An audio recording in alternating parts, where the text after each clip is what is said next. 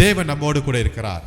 यहोवा परमेश्वर हमारे संग है. ஆமென். आमीन. அவருடைய நாமம் இம்மானுவேல். का नाम है इम्मानुवेल. உலகத்தின் கடைசி பரியந்தம் நான் உன்னோடு கூட இருப்பேன் என்று சொல்லியிருக்கிறார். इस संसार की छोर तक मैं तेरे साथ रहता हूँ. வசனத்தை வாசிப்போம். आइए वचन को पढ़ें. ரோமர் எழுதின நிருபம் रोमियो की पत्री 8வது அதிகாரம் 8वीं अध्याय 31வது வசனத்தில் அந்த கடைசி பகுதியை நான் வாசிக்கிறேன். 31वीं आयत की उस पीछे भाग को हम पढ़ेंगे. ரோமர் 8:31. रोमियो की पत्री 8वीं अध्याय 31 தேவன் நம்முடைய பட்சத்தில் இருந்தால் நமக்கு விரோதமாய் இருப்பவன் யார்?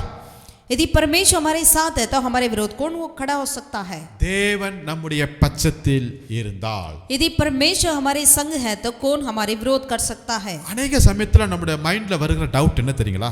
कई बार हमारे दिमाग में ये बातें आती हैं, தேவன் என்னோட கூட இருக்கிறாரா? क्या परमेश्वर हमारे साथ है क्या? ஆண்டவர் என்னை மறந்துட்டாரோ? परमेश्वर हमें भूल गई क्या? அவர் இருக்கிறது மாதிரி எந்த அறிகுறியுமே தெரிய மாட்டேங்குது. कुछ ऐसा पता ही नहीं चल रहा कि कोई चिन्ह भी नहीं है कि प्रभु मेरे साथ है. ஒருவேளை அவர் என்னை விட்டு போயிட்டாரோ? शायद मुझे छोड़कर चले गए क्या?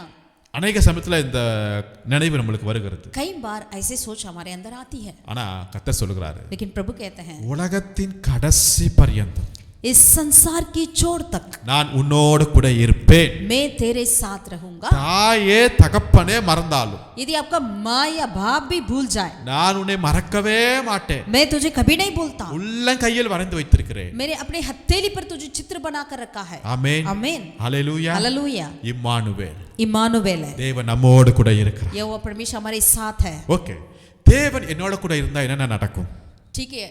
यदि परमेश्वर मेरे साथ रहते हैं तो मेरे क्या होता है? எடுத்து வாசிப்போம். आइए पढ़ेंगे. யெசையா தீர்க்கதரிசி புத்தகம் 43வது அதிகாரத்தை எடுத்துக்கொள்வோம். यशायाह नबी उसका 43 अध्याय का और हम पलटें. யெசையா 43ல यशायाह 43 में அதுல 2வது வசனத்தை நான் வாசிக்கிறேன். दूसरा आयत को हम पढ़ते हैं. தேவன் நம்மோடு கூட இருந்தால் यदि परमेश्वर मेरे साथ है तो நீ தண்ணீர்களை கடக்கும் போது நான் உன்னோடு கூட இருப்பேன். जब तू जल में होकर जाए मैं तेरे संग रहूंगा. நீ ஆறுகளை கடக்கும் போது அவைகள் உன் மேல் புரளுவது இல்லை. और जब तू नदियों में होकर चले तब वे तुझे ना डुबा सकेंगी. நீ அக்கினியில் நடக்கும் போதும் வேகாதிருப்பாய், அக்கினி ஜுவாலை உன் பேரில் பற்றாது. जब तू आग में चले तब तुझे आंच ना लगेगी और उसकी लो तुझे ना जला सकेगी. தண்ணீரோ அக்கினியோ ஒன்றுமே உன்னை சேதப்படுத்துவது இல்லை. यदि पानी क्यों ना हो या आग क्यों ना हो तुझे कुछ भी नहीं कर सकता. ஏனென்றால் இந்த தண்ணீரையும் இந்த அக்கினியையும் படைத்த தேவன் நம்மோடு கூட இருக்கிறார். क्योंकि इस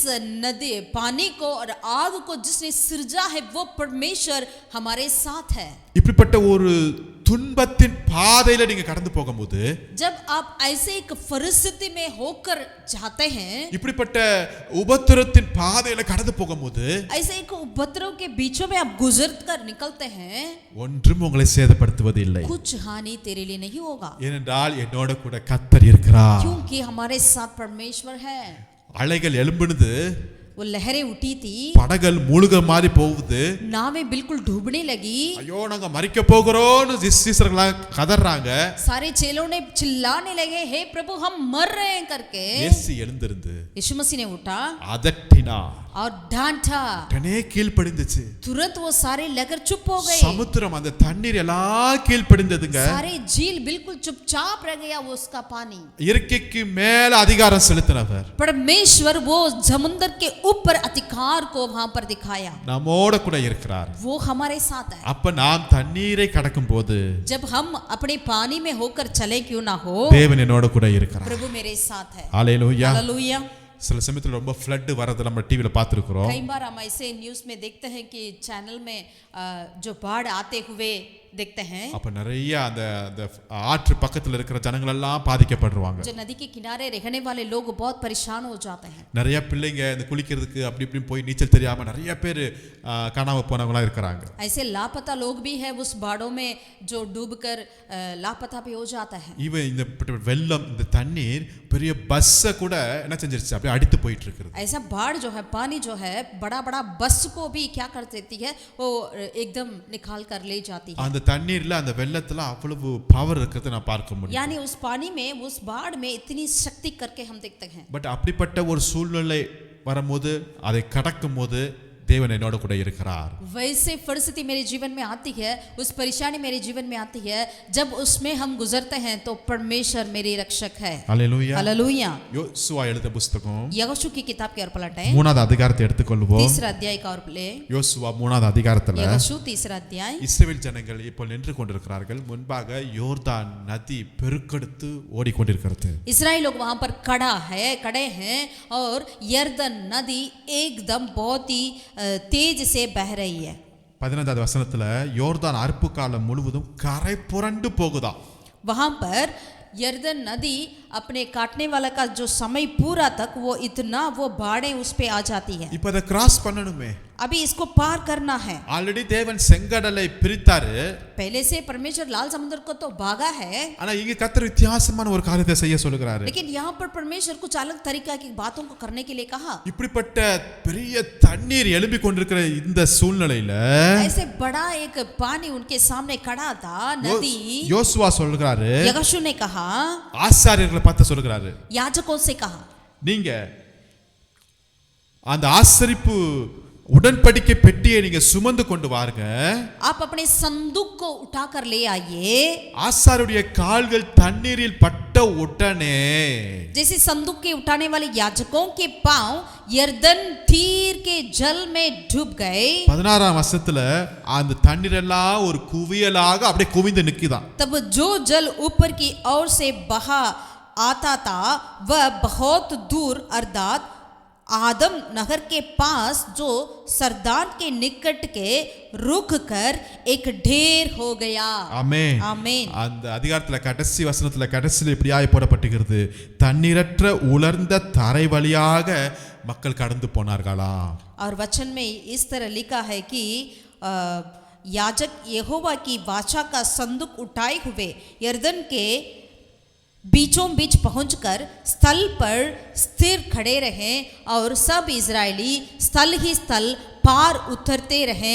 अंत में उस सारी जाति के लोग यरदन पार हो गए. அல்லேலூயா. हालेलुया. தண்ணீரில் கடக்கும் போது நான் உன்னோட கூட இருப்பேன்னு சொல்றாரு பாத்தீங்களா. जो परमेश्वर ने कहा यदि तू नदियों में होकर निकले तो मैं तेरे संग हूं करके. எப்ப இந்த தண்ணீருக்கு குவியலா குவியுது, जब यहाँ पर पानी एक देर बनकर रहा, ஆசாரியருடைய கால்கள் பட்ட உடனே, याजकों के पांव जैसे उस पानी पे पड़ा तुरंत ही. அருமையான தேவனுடைய பிள்ளைகளே, प्रभु के प्रिय लोगों, ஆசாரியருடைய கால் பட்ட உடனே जो याजक की पांव जैसे उस पानी पे पड़ा तो கரை புரண்டு ஓடிக்கொண்டிருக்கிற தண்ணீர் அங்கு வெட்டாந்தரையாய் மாறுகிறது. जो एकदम बाढ़ जैसे बहने वाली वो नदी जो है वहां एक ढेर बनकर खड़ा हो गया. ஆமென். ஆமென். அல்லேலூயா. हालेलुया. அவங்க சுமக்க வேண்டியதை சுமந்தாங்க பாத்தீங்களா. அற்புதத்தை கர்த்தர் பார்க்க செய்தார்.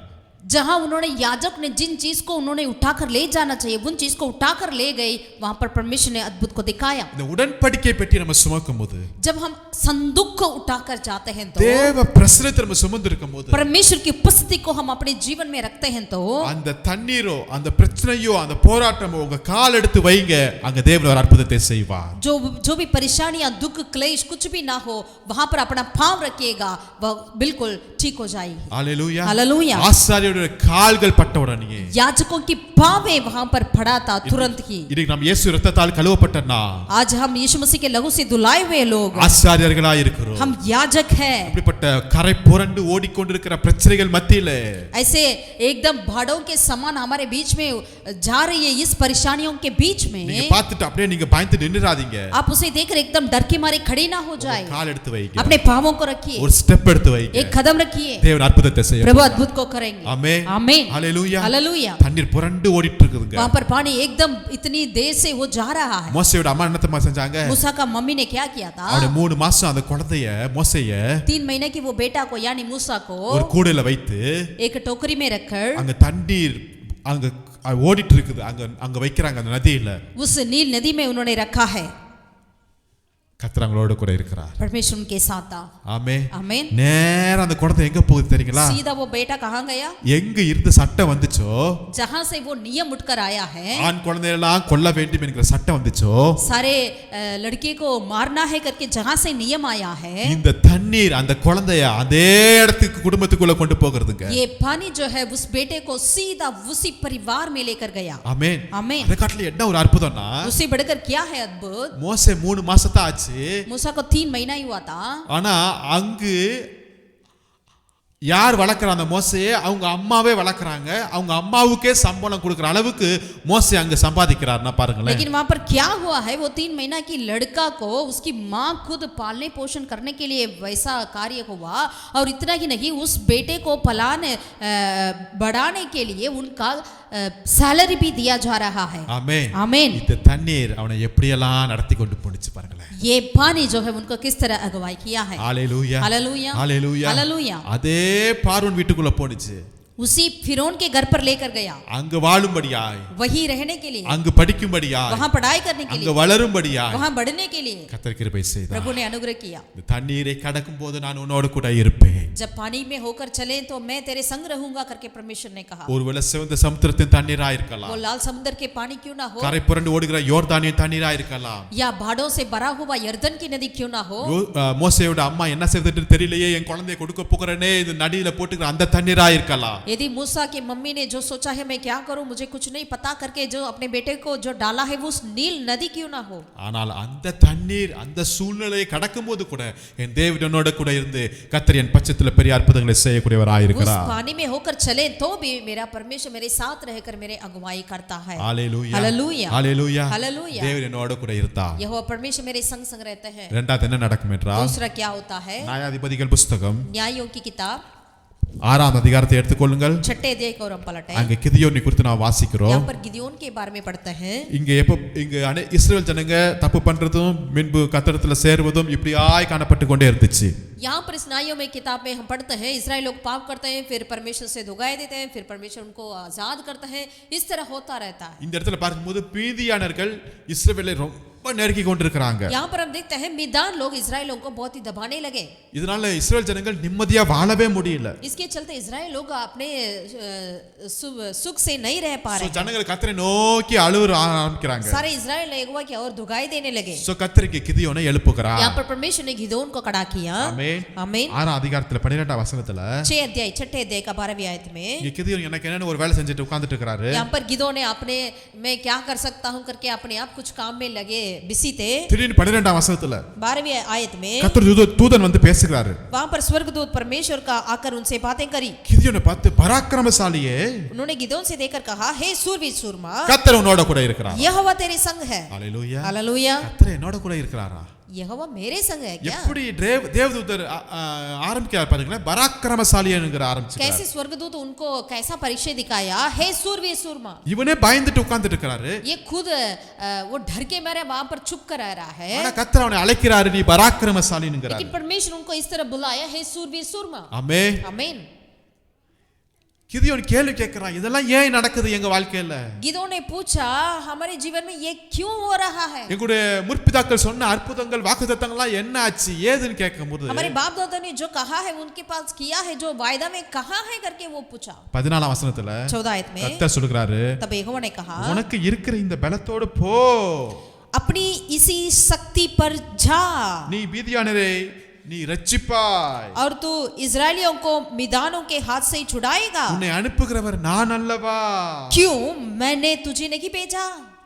இப்ப திருப்பி கிதியோன் கேக்குறான், फिर दोबारा गिदोन ने पूछा, என் குடும்பம் ரொம்ப எளிய குடும்பம்ப்பா, प्रभु मेरा परिवार तो बहुत छोटा परिवार है, குடும்பத்திலே நான் ரொம்ப சிறியவன்ப்பா. मैं बिल्कुल कंगाल हूँ सबसे. 16ஆம் வசனத்துல சொல்றாரு கர்த்தர், 16वीं आयत में प्रभु कहते हैं, நான் உன்னோட கூட இருப்பேன். मैं तेरे संग हूँ. ஹalleluya. हालेलुया. கர்த்தர் எப்ப தெரியுமா நம்ம கூட இருக்கிறாரு? प्रभु कब हमारे संग रहते हैं. அதாவது நம்முடைய பலத்திற்கு, நம்முடைய லெவலுக்கு, நம்முடைய படிப்புக்கு அப்பாற்பட்ட கர்த்தர் கொடுக்கிற சில பொறுப்புகளை நம்ம எடுத்துக்கொள்ளும் போது கர்த்தர் நம்மோட கூட இருக்கிறாருங்க. जबकि हमारी पढ़ाई से, हमारी टैलेंट से, हमारी शक्ति से जो नहीं हो पाता, जो कार्य परमेश्वर हमारे करने के लिए कहते हैं, उस कार्य हमारे अपनी खुद की शक्ति से जब हम नहीं कर पाते हैं, उस वक्त परमेश्वर हमारे संग रहते हैं. ஆமென். ஆமென். இதுவரை கிதியோன் நினைச்சிருந்தா நான் சிறியவன், நான் எளிய குடும்பம், என்னால முடியாது, நான் பலவீனன் என்று சொல்லி கொண்டிருக்கிறான். अब तक गिदोन ने बोला है, मैं तो बिल्कुल कंगाल हूँ, हमारा परिवार छोटा है, मैं बिल्कुल नालायक हूँ, इस तरह कुछ कह रहा था. கர்த்தர் சொல்றார், நான் உன் கூட இருக்கிறேன்ங்கறாரு. लेकिन परमेश्वर कहते हैं, मैं तेरे संग रहूंगा. ஆமென். आमीन. நீங்க கர்த்தருக்காக எடுக்கிற சில பிரயாசங்கள் இருக்கு பாத்தீங்களா? आप परमेश्वर के लिए कुछ कार्य करते हैं ना. ஒருவேளை அது உங்களுடைய லெவலுக்கு உங்க படிப்புக்கு அப்பாற்பட்டதா இருக்கலாம். शायद वो आपकी लेवल से बहुत ही ऊंचाई क्यों ना हो, அது யோசித்து கூட பார்க்க முடியாத காரியமா இருக்கலாம். शायद आप उसके प्रति सोच भी नहीं कर सकते क्यों ना हो, ஒண்ணே பிலீவ் பண்ணுங்க. लेकिन ये कार्य को विश्वास करिए, அந்த உன்னதத்தின் பலனை பெற்றுக்கொள்ளும்போது, वो स्वर्गीय फल को जब हम प्राप्त करेंगे, பரிசுத்த ஆவியினிடத்தில் வரும்போது, जब पवित्र आत्मा तुम पर उतर आएगा, அந்த பலன் எனக்குள்ள வருகிறது. वो शक्ति हमें आती है. ஆமென். आमेन. நான் பலவீனன் தான், जरूर मैं बलहीनता हूँ, பட் ஆவியானவர் எனக்குள்ள இருக்கிறார். लेकिन पवित्र आत्मा मुझ में है, நான் பலன் அடைவேன், मैं बल पाऊंगा, நான் உயிர் அடைவேன், मैं जीवन पाऊंगा. ஆமென். आमेन. ஹalleluya. हालेलुया. ஒரு மனுஷனை முறியடிக்கிறது போல மீதியானோட சேனைகளை முறியடிக்க கர்த்தர் உதவி செய்வார்கள். एक व्यक्ति को मार डालने के उसके समान सारे मैदानों को खत्म करने के लिए परमेश्वर आपको शक्ति देंगे. கர்த்தர் எப்ப என் கூட இருக்கிறார் தெரியுங்களா? कब परमेश्वर मेरे साथ रहते हैं, என் லெவலுக்கு அப்பாற்பட்ட பெரிய கர்த்தருக்கென்று நான் ஒரு காரியத்தை எடுக்கும்போது, ஸ்டெப் எடுக்கும்போது கர்த்தர் என்னோட கூட இருக்கிறார். जब मेरी लेवल से अधिक, मेरे लेवल से अपार एक कार्य को मैं परमेश्वर के लिए करने के लिए निर्णय लेता हूँ, उस वक्त मेरा परमेश्वर मेरे संग रहते हैं. நோவா கர்த்தருடைய வார்த்தையை கீழ்ப்படிந்து பெரிய பேழையை செய்றாரு. नू जो है परमेश्वर के वचन को मानकर उन्होंने एक बहुत बड़ा जहाज को बनाया. அது அவருடைய யோசனைக்கோ திட்டத்திற்கோ பேழையோ எதுவுமே ஒரு சம்பந்தமே இல்லைங்க. बिल्कुल नोवा के लिए वो बिल्कुल कुछ संबंध नहीं है, उतना बड़ा सा, उतनी मेगा एक प्लान था, கர்த்தர் கூட இருந்தார். लेकिन यहोवा उनके संग था. ஹalleluya. हालेलुया. டேவிட் கோலியாத்தை முறியடிப்பது அவருடைய திறமைக்கு அப்பாற்பட்டதா இருக்கிறது. கர்த்தர் அவனோட கூட இருந்தார். दाऊद गोलियत को मार डालना, गोलियत दाऊद की लेवल से बहुत ही ऊंचा है, अपार है, लेकिन परमेश्वर उनके संग रहा. மோசஸ் போய் எகிப்துல இருக்கிற பார்வோன்ட்ட பேசுவது என்பது திக்கு வாயி, அது முடியாத காரியம். பட் அது லெவலுக்கு மேற்பட்ட காரியம். பட் கர்த்தர் கூட இருந்து பேச வைத்தாரே. मूसा जाकर मिस्र में फिरौन राजा से बातें करना उनकी लेवल से अपार कार्य है, बात है, क्योंकि वो ठीक से नहीं बोल पाता है, लेकिन यहोवा उनके संग था. ஒரு கழுதையின் தாடை எலும்பை எடுத்து சாம்சன் எத்தனை பேர் அடிச்சாரு. இதெல்லாம் முடியுமா? லெவலுக்கு அப்பாற்பட்டது. பத்து கர்த்தர் கூட இருக்கிறதுனால தான். एक गधा की उस हड्डी को लेकर सिमसोन ने क्या किया, 1000 लाहों का मार डाला. ये उनका शक्ति नहीं है, यहोवा परमेश्वर उनके संग थे. ஆமென். ஆமென். கர்த்தர் என்னோட கூட இருந்தார் என்றால் यदि परमेश्वर मेरे संग रहेंगे तो ராஜ்யங்களை ஜெயிக்க முடியும். हम राज्य को जीतेंगे, சிங்கங்களின் வாய்களை அடைக்க முடியும். हम शेरों के मुंह को बंद कर सकते हैं, 7 மடங்கு அக்கினியில அழகா நான் வாக் பண்ண முடியும். 7 गुना बढ़कर उस आग की भट्टी पे हम घूम सकते हैं. அந்நியருடைய சேனைகளை முறியடிக்க கர்த்தர் எனக்கு உதவி செய்வார். पराए देशों की सेनाओं को पार करने के लिए प्रभु हमें मदद करेंगे. ஒரே ஒரு சிங்கிள் ஜெபத்துல அக்கினியை மேல இருந்து இறக்க கர்த்தர் உதவி एक செய்வார். छोटा सा प्रार्थना के द्वारा परमेश्वर आग को आसमान से उतरेंगे. அடுத்த நாள் ஏரோது ராஜா என் தலையை சீவான், ஆனா சிறைச்சாலையில தூங்குவதற்கு அது தாங்க. अगला दिन मेरा सिर भी काटा जाएगा, लेकिन बंदगृह में मुझे आराम से सोने के लिए प्रभु मुझे मदद करते हैं. ஆமென். ஆமென். திறமைக்கு அப்பாற்பட்ட காரியத்தை செய்வதற்கு உற்சாகமாய் உங்களை அர்ப்பணிங்க. கர்த்தர் உங்களோட கூட இருக்கிறார். आपकी लेवल से, आपकी टैलेंट की अपार की कार्य को करने के लिए अपने आप को परमेश्वर के लिए समर्पित करिएगा, परमेश्वर अद्भुत को करेंगे. ஆமென். ஆமென். கர்த்தர் என்னோட கூட இருக்கிறாரா? प्रभु हमारे संग है क्या? மூன்றாவது ஒரு காரியத்தை பார்க்கலாமா? तीसरे कार्य को देखेंगे क्या? ஆகாய் எழுதின தீர்க்கதரிசன புத்தகத்தை எடுத்துக்கொள்ளுங்கள். आगाई की भविष्यवक्ता की किताब की ओर पलटे, அத 1ஆம் அதிகாரத்துல पहला अध्याय में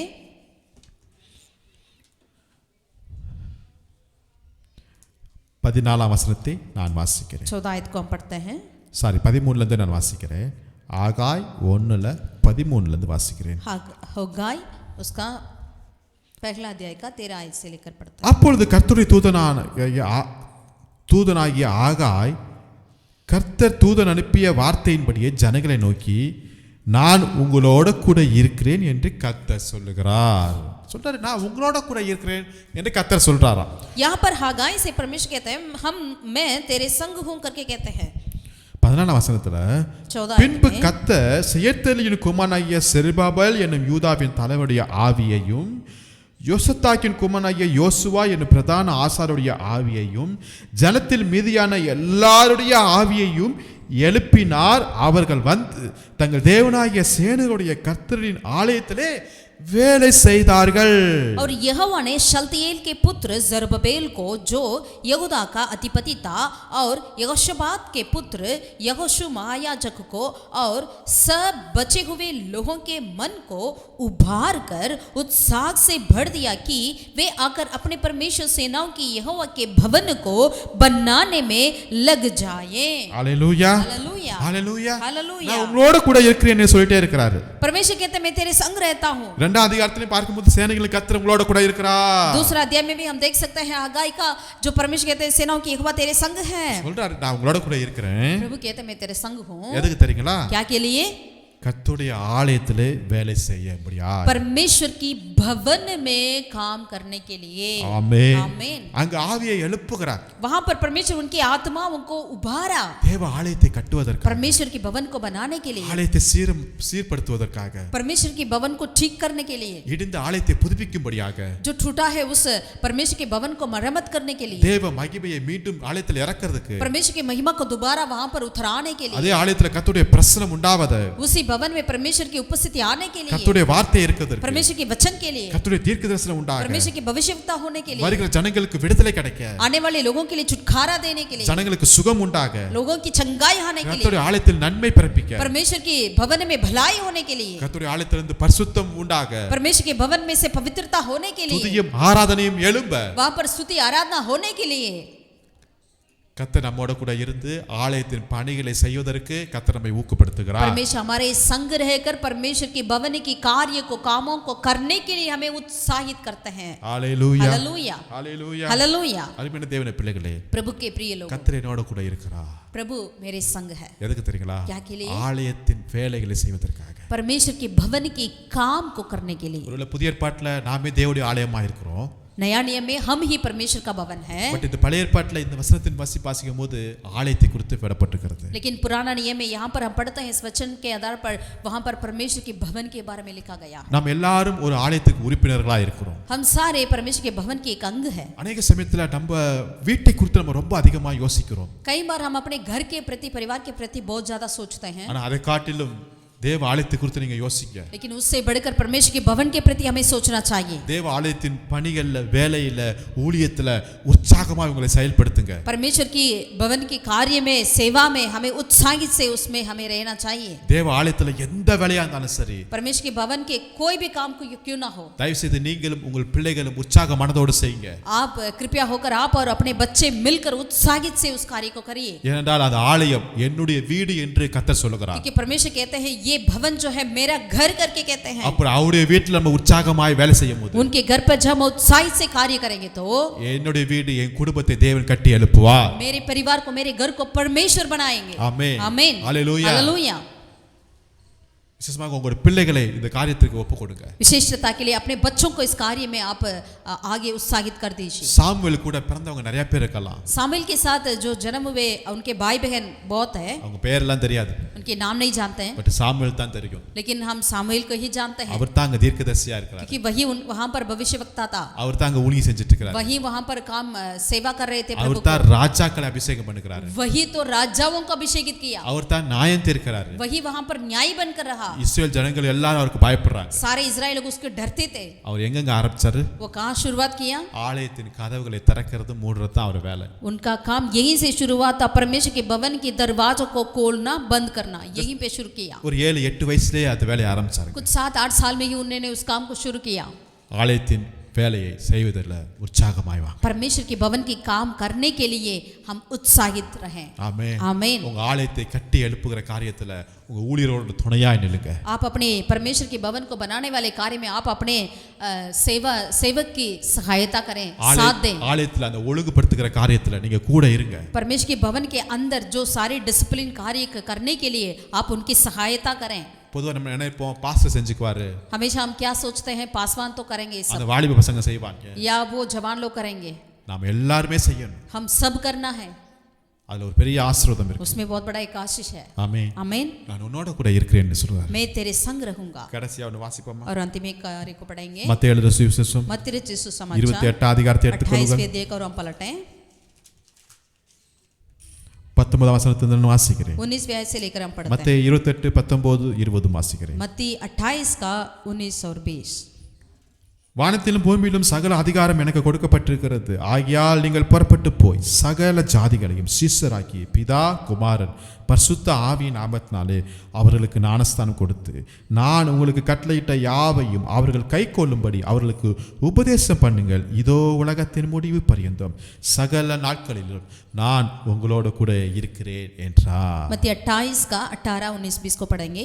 यीशु ने उनके पास आकर कहा, स्वर्ग और पृथ्वी का सारा अधिकार मुझे दिया गया है, इसलिए तुम जाओ, सब जातियों के लोगों को चेला बनाओ और उन्हें पिता और पुत्र और पवित्र आत्मा के नाम से बपतिस्मा दो और उन्हें सब बातों जो मैंने तुम्हें आज्ञा दी है मानना सिखाओ, और देखो मैं जगत के अंत तक सदा तुम्हारे संग हूँ। ஆமென். आमीन। உலகத்தின் முடிவு பரியந்தம் கர்த்தர் நான் உன்னோட கூட இருக்கிறேன்ங்கறார். जगत के अंत तक सदा तुम्हारे संग हूँ करके प्रभु कहते हैं। ஆனா யார் கூட இருப்பார்னா, लेकिन किसके संग?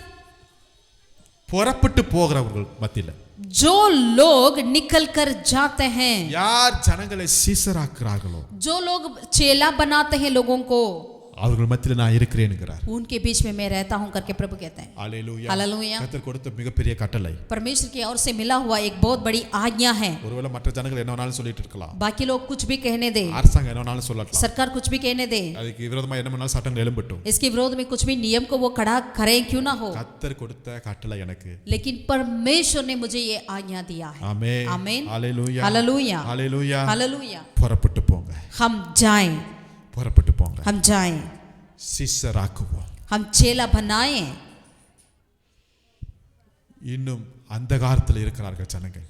और लोग जो है अब भी अंधकार में रहते हैं। அந்த இருளில் இருக்கிற ஜனங்களுக்கு வெளிச்சத்தை கொடுக்கும்படியாக, अंधकार में रहने वाले लोगों को एक ज्योति को देने के लिए, கட்டுண்டவர்களுக்கு விடுதலை தரும்படியாக, बंधे हुए लोगों के लिए एक छुटकारा को बोलने के लिए, காயப்பட்டவருடைய காயங்களை ஆற்றும்படியாக, जो गांवों से भरे हुए लोगों को उनकी गांवों को चंगाई करने के लिए, சிறைப்பட்டவர்களுக்கு விடுதலை தரும்படியாக, जो बंधुगृह में रहते हैं उनको छुटकारा देने के लिए தேவ ஆவியானவர் என் மேல் இருக்கிறார். पवित्र आत्मा मुझ में है। ஆமென். आमीन। புறப்பட்டு போவோம், इसलिए हम जाएं, தேசமெங்கும் போவோம், सारे देशों में जाएं, பட்டணங்கள் கிராமங்களுக்கு போவோம், सारे शहरों में नगरों में जाएं, எல்லா தெருக்களுக்கு போவோம். हर एक गलियों में जाएं। இயேசுவே ஆண்டவர் என்று சொல்லி यीशु ही परमेश्वर करके कहें, அவர் என்னோட கூட இருக்கிறார். क्योंकि वो मेरे संग है। ஹalleluya. हालेलुया। ஹalleluya. हालेलुया। இயேசு என்னோட கூட இருக்கிறாரா? यीशु मसीह मेरे संग है क्या? இருக்கிறார். है। எப்ப வரை இருக்கிறார்? कब तक? உலகத்தின் கடைசி பரியந்தம் இருக்கிறார். जगत की अंत तक। அதுக்கப்புறம் இருக்க மாட்டாரா? उसके बाद नहीं रहेंगे क्या? நம்ம அவரோட கூட இருப்போம். हम उनके साथ रहेंगे। ஆமென். आमीन। எவ்வளவு அற்புதமான ஒரு வாழ்க்கை. कितना अद्भुत का एक जीवन है। இந்த நாளிலே கர்த்தர் உங்களோட கூட பேசியிருக்கிறார், நான் हम விசுவாசிக்கிறேன். विश्वास करते हैं इस दिन में परमेश्वर आपसे बातें करी है। நீங்கள் தண்ணீரை கடக்கும் போதும் நான் உன்னோட கூட இருக்கிறேன். यदि आप पानी में होकर चले, मैं तेरे संग हूँ। உங்களுடைய லெவலுக்கு அப்பாற்பட்ட பெரிய பொறுப்பை தேவனுக்கு என்று நீங்க எடுக்கும் போது நான் உன்னோட கூட இருப்பேன் என்று சொல்லுகிறார். जब आपकी लेवल के अपार की कार्य कर, आपकी लेवल की नहीं है, उस कार्य को जब आप परमेश्वर के लिए करने के लिए चाहते हैं, तब यहोवा परमेश्वर आपके संग रहते हैं। உங்க ஆலயத்திற்கு என்று நீங்க செய்கிற ஒவ்வொரு வேலையிலையும் நான் உன்னோட கூட இருக்கிறேன் என்கிறார். जब आप परमेश्वर के भवन के लिए जो कार्य करते हैं, उसमें परमेश्वर कहते हैं मैं तेरे संग हूँ। நீங்க கர்த்தருக்கென்று இயேசுக்கென்று ஒரு வார்த்தையை சொல்ல புறப்பட்டு போகும்போது நான் உன்னோட கூட இருப்பேன் என்கிறார். जब आप परमेश्वर की आज्ञाओं को मानकर आप जब निकल कर जाते हैं, उस वक्त परमेश्वर कहते हैं मैं तेरे संग हूँ। ஜெபம் பண்ணுவோமா? आई प्रार्थना। நல்ல பிதாவே நன்றி செலுத்துகிறோம். भला परमेश्वर तेरे धन्यवाद। நீர் இம்மானுவேல், तो इम्मानुएल है, எங்களோட கூட இருக்கிறதுக்காக ஸ்தோத்திரம். हमारे संग रहने के लिए धन्यवाद। தண்ணீரை கடக்கும் போது जब हम पानी के होकर चले, என்னோட கூட இருக்கிறீங்க. हमारे संग है। அடரே நாங்கள் புரியாத தெரியாத எங்களுடைய லெவலுக்கு அப்பாற்பட்ட சில பொறுப்புகளை எடுக்கும் போது நீர் எங்களோட கூட இருக்கிறீங்க, அதற்காக ஸ்தோத்திரம். प्रभु, जब हम अपनी टैलेंट से नहीं हो पाता है, हमारी शक्ति से नहीं है, उस कार्य को करने के लिए आपके लिए हम जब उसके ऊपर हम कार्य को लेते हैं, तो खुदा आप हमारे संग रहते हैं। ஆலயத்திற்கென்று நாங்கள் எங்களை அர்ப்பணித்து எங்கள் ஆலயத்திற்கென்று செய்கிற ஒவ்வொரு சின்ன பெரிய வேலையிலையும் நீர் எங்களோட கூட இருக்கிறீங்க, அதற்காக ஸ்தோத்திரம். परमेश्वर के भवन के लिए जब हम अपने आप को अर्पण कर कर जो करते हैं छोटे मोटे कार्य में, प्रभु आप कहते हैं मैं तेरे संग हूँ। நாங்கள் புறப்பட்டு போய் சகல ஜாதிகளுக்கும் இயேசுவை பிரசங்கிக்கும் போது நீர் எங்களோட கூட இருக்கிறதுக்காக ஸ்தோத்திரம். जब हम निकल कर जाकर सारी जातियों को प्रभु यीशु मसीह को जो प्रचार करते हैं, तब आप हमारे संग रहते हैं। இன்றைக்கும் நீர் எங்களோட கூட இருக்கிறதுக்காக ஸ்தோத்திரம். आज भी आप हमारे संग रहते हैं, धन्यवाद இந்த पिता। வசனத்தின் மூலமா எங்களை ஒவ்வொருவரையும் நீர் ஆசீர்வதிப்பீர். इस वचन के द्वारा हमारे हर एक को आशीष कर, பெரிய காரியங்களை செய்வீர். महान कार्य को करते हैं। நீ இப்ப இயேசு நாமத்தில் ஜெபிக்கிறேன் எங்கள் ஜீவனுள்ள நல்ல பிதாவே. उद्धारकर्ता हमारे यीशु मसीह के नाम से हम प्रार्थना करते हैं, हमारे जीवित परमेश्वर, आमीन ஆமென் ஆமென். கர்த்தர் உங்களோட கூட இருக்கிறார். यहोवा परमेश्वर आपके संग है. Thank you. God bless you. परमेश्वर आपको आशीषित करे.